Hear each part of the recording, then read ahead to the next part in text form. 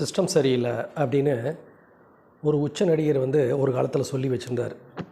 அது இப்போ நம்ம அப்ளை பண்ணி பார்க்க வேண்டிய நிலைமையில் இருக்கிறோம். ஆட்சிகள் மாறினாலும் காட்சிகள் மாறவில்லை அப்படிங்கிற ஒரு வசனம் இருக்குது. ஸோ இதுக்கெல்லாம் என்ன காரணம்னு கொஞ்சம் உள்நோக்கி நம்ம பார்த்தோம்னா, எல்லாத்துக்கும் காரணம் மக்கள் தான்.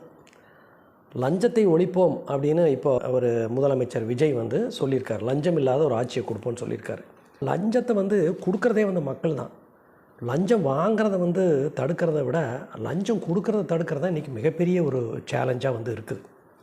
கமிஷன் அடிக்கிறதுக்காகவே பார்த்திங்கன்னா டெண்டர் போடுறது, இதை நிறுத்த முடியுமா? கமிஷனுக்காக தான் டெண்டர். ஒரு விஷயத்தை செயல்படுத்துகிறாங்க. செயல்படுத்துனதுக்கப்புறம் அந்த விஷயத்தை மறுபடியும் பராமரிக்கிறாங்களா? ஒரு பஸ் ஸ்டாண்டாக இருந்தால், ஒரு பூங்கா, ஒரு நகராட்சி பணிகள், கிராமப்புறத்தில் இருக்கிற பணிகள், எதையுமே அதோடு சரி, அதுக்கப்புறம் பராமரிக்கிற வேலையே கிடையாது.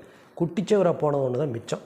தார் ரோடு மட்டும் தான் வருஷம் வருஷம் போட்டிருக்கிறாங்க. ஏன்னா அதில் இந்த தலைவர்களும் போகணுமில்ல, அதனால் போடுறாங்க. கூட்டுக்கொள்ளை. இந்த கூட்டுக்கொள்ளையிலேயே முக்கியமாக என்னென்னா, நிறைய கிளைகள் இருக்குது.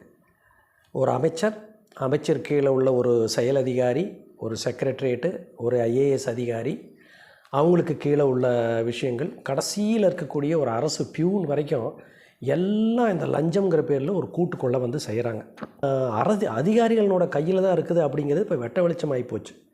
ஸோ அதிகாரிகள் நினச்சா எந்த பாலிசியை வேணாலும் மாற்றலாம். ஏன்னா அரசியல்வாதிகளுக்கு ஒன்றும் தெரியாது. சும்மா இப்போ சொல்கிறாங்க, இப்போ இருக்கிற தாவேக கட்சியில் இருக்கிறவங்களுக்கெல்லாம் ஒன்றுமே தெரியல, அவங்களுக்கு அனுபவமே இல்லைன்னு. இதுக்கு முன்னாடி இருந்து பழந்தின்னு கொட்டை போட்டவங்க யாருக்குமே பெரிய அனுபவமெல்லாம் கிடையாது. அந்தந்த ஏரியாவில் அவங்க குறுநில மன்னர்களாக இருந்தவர்கள் தான் எல்லா கட்சியிலையும் இந்த 10-40 வருஷமாக. ஸோ அவங்களுக்கு ஒன்றும் தெரியாது. எழுதுறது, கையெழுத்து போடுறது, பாலிசி சேஞ்சஸு, பாலிசி க்ரியேஷன், அரசு இயந்திரத்தை நகர்த்துறது எல்லாமே பார்த்திங்கன்னா தலைமைச் செயலகந்தாமுடைய சட்டசபையெல்லாம் ஒன்றும் கிடையாது. கல்வி, மருத்துவம், இது ரெண்டும் பணம் குளிக்கும் ஒரு துறை.